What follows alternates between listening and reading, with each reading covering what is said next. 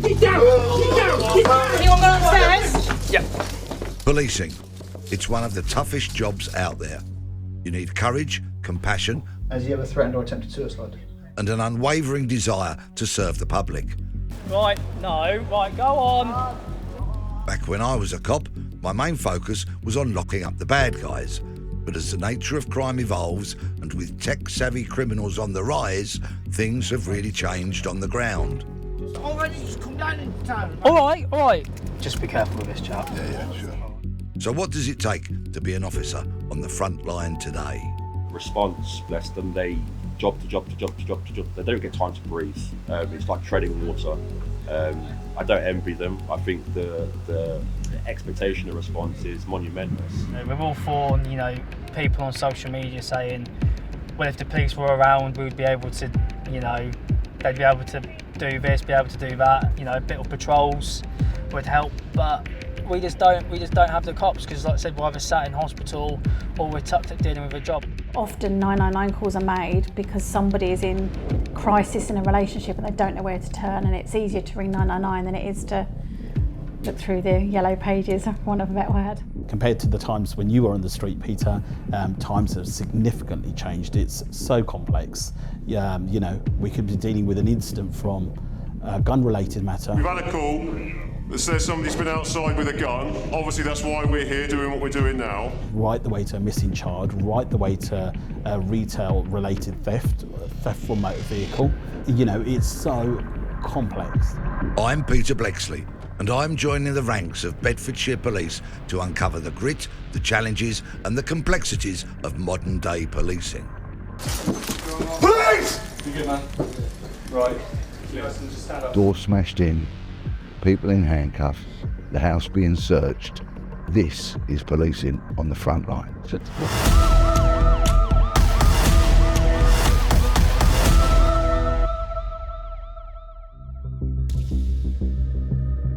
It's 11 a.m. at Luton Police Station. This is where it all begins.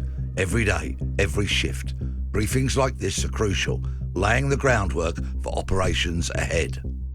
He's just left prison after serving 5 years for Class A drug dealing and is a paranoid schizophrenic. Due to frustrations of not being housed, he stated he's going to the council buildings to beat everybody up and blow up the job centre. This room is where strategy meets the street. These officers are ready to face whatever comes their way, and it's not long before I find out what that actually involves. Where are we going to, Ben? So, firstly is roads. We've been dispatched to, at the minute it's coming as a verbal only domestic. Ex-partners arrived at the location. I'm riding along with Police Constable Ben Rivet, a 6-year veteran of the service. He's just received a call over his radio about a domestic incident involving a dispute between a married couple. So at the minute it appears that it may have been a breakup and he's there to collect his belongings, but he's been a bit threatening towards the female occupant, hence why we're just going to go there on the immediate, ascertain if there's any offences, and we deal with what we've got.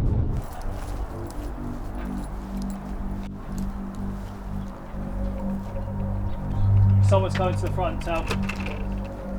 Hello, you okay? Just call us. Can we come in, is that alright? Has he ever threatened to kill you and you believe he's capable of doing that? I don't think he meant it, but he did say it. And then on a scale of 0 to 10, so 0 being not very likely and 10 being highly likely, how likely is it that he could cause you some serious harm in the future? I don't think he can do it. You don't think? No. So would you say it's quite a low number? Yeah. What number would you put it at? Maybe a 4 or 5. Thank you so much. Good luck. Thank you. Right, take care. It's an abundance of calls that we get daily, unfortunately, where people are the victim of things like this, and that they've got no one to turn to, no one to support them. And fortunately for her, she says she's got cousins and other family that are there for her, and hopefully things will get sorted for her and it doesn't escalate further. The fear I have, and I guess it might be the same for you, is escalation. Yeah, absolutely. Is that he comes back and suddenly we might tragically be looking at a domestic violence homicide. Absolutely, and he's just turned up now, so Ben's going to have a chat with him. Domestic abuse reports are alarmingly high, hitting 862,765 in the year ending September 2023, making up 1 in 6 crimes reported to police in England and Wales. In recent months, a case that shocked the nation saw 3 innocent women brutally murdered in Hertfordshire. The suspect is believed to be the ex-boyfriend of one of the victims. The street search started when police found the bodies of 3 women at a house in a quiet suburban town of Bushy in Hertfordshire. The victims of a senseless crossbow attack were a mother and her daughters. 25-year-old Louise, her 28-year-old sister Hannah, and their mother, 61-year-old Carol Hunt. An estimated 1 in 4 women will experience domestic abuse at some point in their lives. These aren't isolated incidents. They happen frequently, and the police are constantly on the front line tackling this widespread issue. In just one day, we rode with officers as they attended multiple calls to vulnerable people in crisis, a narrative that's quickly becoming the new norm. It was community health team that called it in Bedfordshire. I think it's the partner with a knife. I think it's mum who's got the knife off him. And as I mentioned, he has paranoid schizophrenia. One person who knows all too well about these types of challenges is Inspector Emma Carter. Nice to meet you. Yes, nice to meet you. Emma joined the service after the death of her younger sister, whose childhood ambition was to one day become a police officer. Years ago, I wanted to be a paramedic, and my little sister wanted to be a police officer. My stepdad was a policeman in Luton, and my little sister wanted to be a police officer, and sadly she died at the age of 12. That's when I went off the rails at school, and that's when my mum sent me to police cadets. And from there I applied and joined for my sister's memory, because I think it was something that she would want me to do. And I remember the Guard of Honour that my stepdad's section did at my sister's funeral. So I applied, did the cadets, that inspired me, and the rest is history. Here I am. Emma is the duty inspector for Team 4, which includes PCs Ben and Terry. She says that the sheer demand and violence her officers face has increased massively over recent years. The cops feel that we're in the trenches together a little bit. It can be relentless, very, very busy in terms of violent crime, an overspill from London. Most people that sadly we deal with carry knives or lots of violent crime. And then you've got the child sexual exploitation, you've got online crime. The whole dynamic of the crime type has changed from when I was on patrol as a PC. But it is busy, but it is a really good place to work. And the teams that work here, they work very well and they work hard, whether that's response or whether it's within the crime and community worlds. Your officers spend a lot of time dealing with the vulnerable, people in crisis and other matters that I and maybe some of the public might not regard as proper policing, cops and robbers catching bad guys. Can you give an estimate time-wise on how much you think your officers spend on that kind of work and how much time they spend actually dealing with crime and bad people? We've just had Right Care, Right Person come in, which has reduced our mental health demand for frontline policing. But before that, because it's only gone live relatively recently, I would say it was probably 70-30 and 30% dealing with actual crime. Now, since we've had Right Care, Right Person, it's probably 50-50. If you're talking about, you know, robbers and rapists and the nasty violent criminals, it's probably even less than that. Just purely because the demand on our cops is taken up with other things rather than proactive policing, sadly. And it's not just matters of mental health and domestic abuse that take up a staggering proportion of police time. The police's war on drugs is yet another reminder of what often can be the exploitation of vulnerable people. There's intel linked to Class A drug supply from the location. There are multiple intel reports linking drug activity to this address since December 2022. There's needles that have been left around the property, which could be exposed, so just bear that in mind. With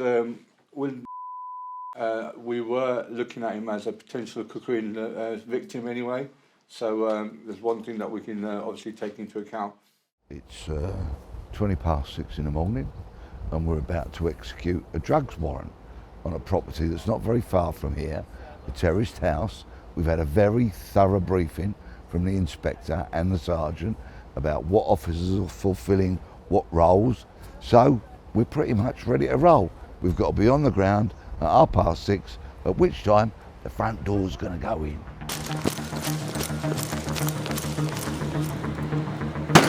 Police!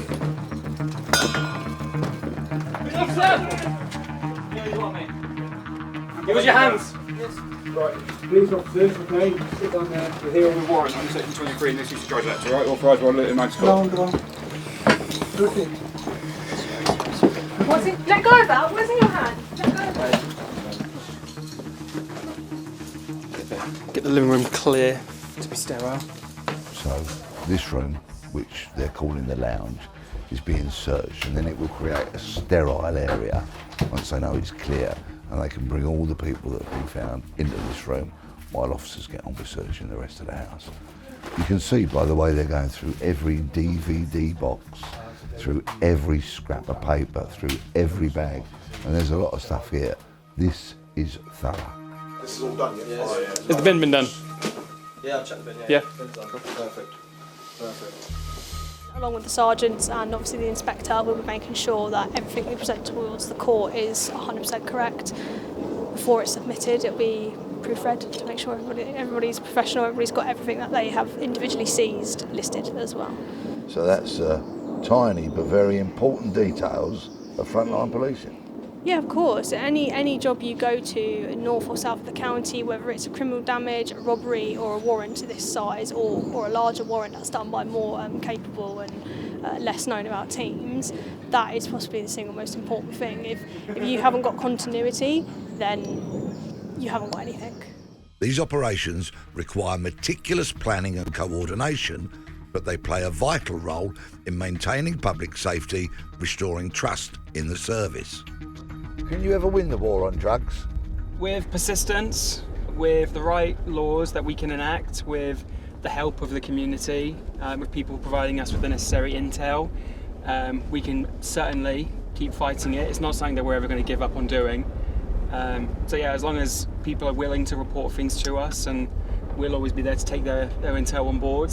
The actions that you see today would have been the result of months and months of research and investigation, and all to ensure that we are justified in our legal powers to perform our actions. So without the community, without the public reporting, then we wouldn't have been able to do anything that we did today. A recent government survey found a devastating lack of confidence in the police, with only 37% of voters believing forces are doing a good job, and most thinking they are doing worse than 30 years ago. This loss of trust has spiralled since a succession of stories concerning disgraced officers, like that of serial rapist David Carrick and the rapist and murderer Wayne Cousins. You've been arrested on suspicion of kidnap, and we believe that you've been involved in her disappearance and taking her away from her family. We know there are victims of other rape and serious sexual offences out there, and that many of you may be worried about being believed or whether you will ever see justice done.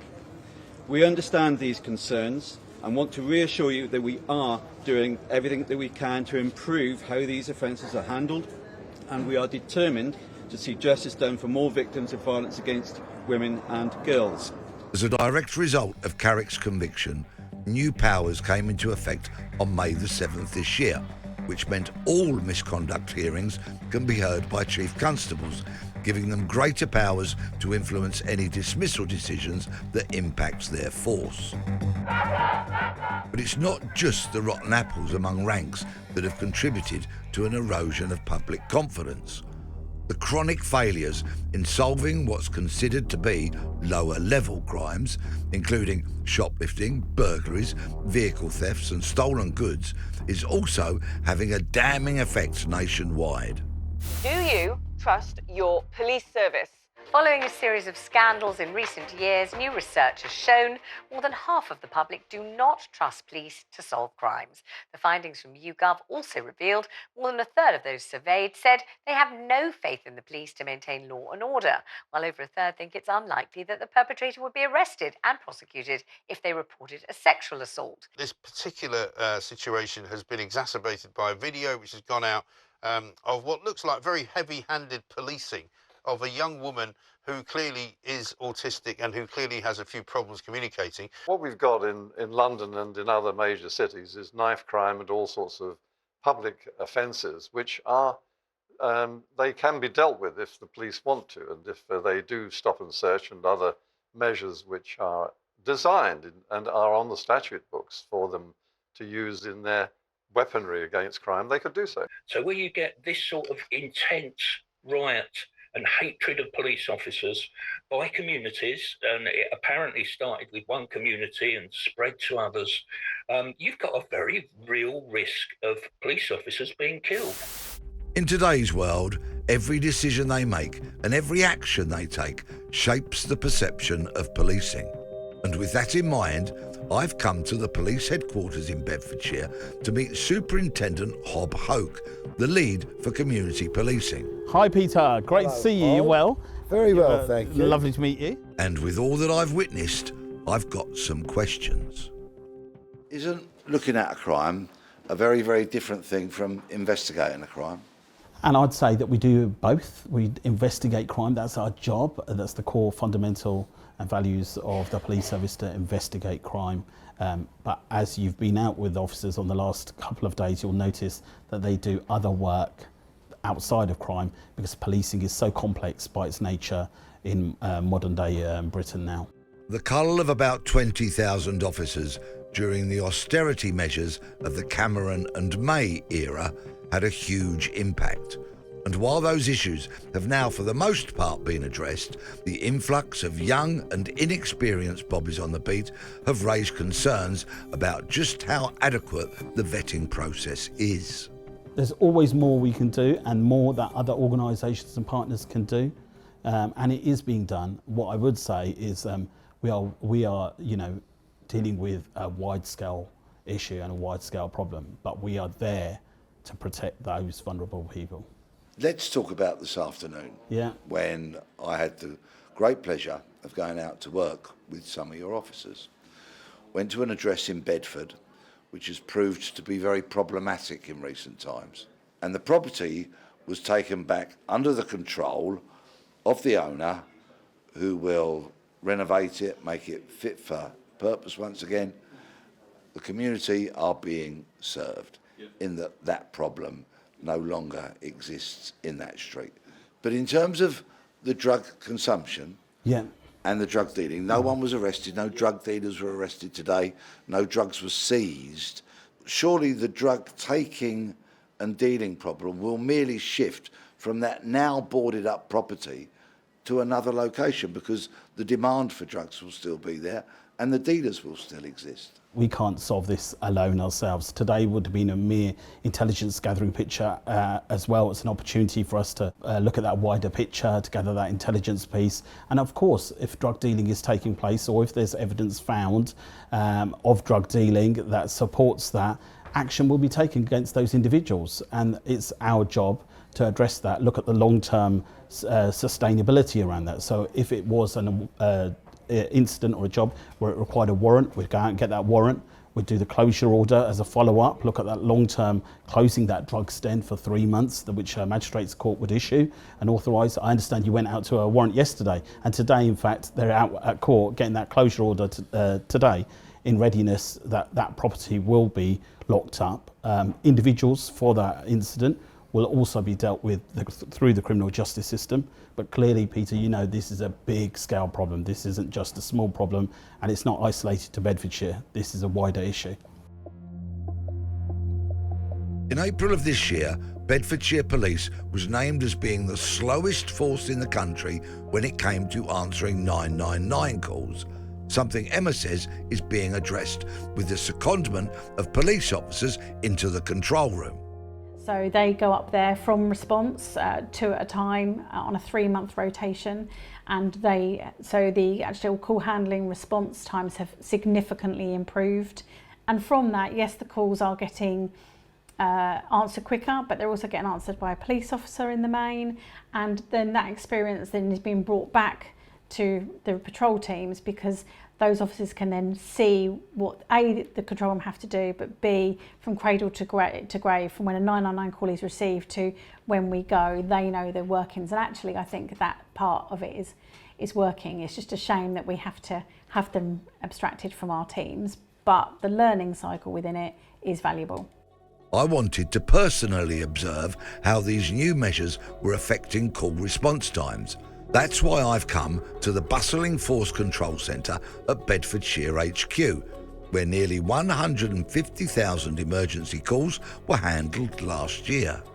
What have we got through here, Dan? So through here, this is people that are in our general system, which is our 101 system. So every time you call 101, it goes through to these guys. Yeah. If there's 999 calls stacking as well, they will take some 999 calls. Right. You've also got a call handling supervisor who's not here at the moment, but he sits over there as well, and his job is to manage all our staff, manage the incoming calls, ensure that the calls are not stacking to a point where we can't answer them, and basically deal with the priority calls coming in first. Now, Bedford Police attracted a lot of criticism earlier this year for its call response times. They were over 30 seconds, and certain sections of the media called your service the slowest in the country. But I understand there's been some huge improvements. Yes, there has. So we've had a massive recruitment drive to get more staff on board so we can actually answer those calls. Supervisors as well, we're more aware of how we need to direct those calls to get the priority calls answered and essentially safeguard the public. Fairly new to the force is the use of rapid video response, which enables non-emergency victims of domestic abuse and hate crimes to speak to a specialist officer through a video link rather than a call handler. How's it being received by victims so far? So at the minute, when we're speaking with victims, we are getting a lot of uptake when we explain the process to them, saying it's just like a FaceTime call, and rather than having to say you won't speak, you might have to wait a little bit for an officer, we're saying, no, if you're ready and prepared now, we'll get you straight across to a police officer. Is it freeing up any officer time on the front line? Massively. So I think from the last meeting I had with the inspector, he was saying approximately the crime reports, whereas it takes on average 2.5 officers to deal with one crime report, when it's out and about on response, we are utilising 1 officer per crime report. So straight away we're freeing up 1 officer per crime report, and we are dealing with them far quicker. Most importantly, are you gathering quality evidence that can lead to arrests, court appearances and convictions? 100%. We've had recent sight of that with regards to domestic incidents where although the risk at the time is deemed as such, not minimal, but the risk is still there, but we manage that when we identify who the offender is, what type of previous offending they may have, and we are not happy, we will generate arrest packs that is immediately sent across to patrol as a high priority to say this person needs to be arrested as soon as possible. It's working, and I hope that it does continue, because the early indications are we are having a positive effect with victims of crime, we're having a positive effect on our overall crime dealing within Bedfordshire Police, and the hope is progressively to move forward to say all crime types. So if we have the ability, there is a criminal damage, you've woken up in the morning, you've found your car damaged, well, we don't know who it is, there's no fast inquiries where we need to go and arrest this person, but we can do this slow time, we can do this all via remote cameras, etc. Why not? Let's do this. So you get to speak to a police officer now. It's clear the response to calls of safeguarding is a top priority, and innovative uses of technology like this could help to alleviate some of the pressures frontline officers face, freeing them up to respond to fighting other, more conventional types of crime on the ground. Have the police got to learn to say no? Absolutely. I think under some governments we have been told we've got to do everything, and we get beaten up for saying no. But the reality is, if you ask the majority of the public, they are still very supportive of the police, and I think some of them think, oh my God, I can't believe how you do that. And I think actually if you just explain to the public why we can't come to this job or what we also have to deal with, most of the public will show empathy towards that. But I think we should be saying no to more, because otherwise if we deliver all the time, then the public are always going to expect us to deliver, and we can't.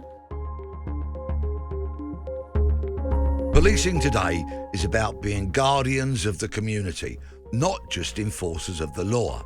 But what about solving crimes? Spending 3 days on the front line with Bedfordshire Police has been a real eye-opener. I saw their courage, professionalism and compassion up close, but there's a clear need for more focus on investigating crimes and catching offenders. Closing crack houses is great, but we also need to ensure drugs are seized and dealers are caught to prevent the problem from moving elsewhere. The police are doing a lot of good, but the journey towards rebuilding public esteem is ongoing, and it requires continued dedication, innovation and an unwavering commitment to bring justice to victims. Only then can we build a safer, more trusting community for all. I can confidently say that we are going to more police-related matters. There's still more work to be done, Peter. There's without a shadow of a doubt that we need to get the right professionals to those vulnerable individuals and get that right help to them. The police aren't always best equipped to deal with all of the societal issues that happen day in, day out. We are very quick to put in the referrals, but it's the fact they don't get picked up elsewhere from other agencies that kind of let us and society down, to be perfectly honest. You have to kind of look at it on a wider scale. It's not just one agency's job to fix things. This is where that kind of wider conversation of the NHS, the police, the council, and everyone working in kind of unison to get certain results. The unfortunate thing is, you're never going to solve crime. There'll always be crime. But it's just managing it, especially within the community, the best we can. For me, it's the best job I've ever had. Like I would never leave at this point.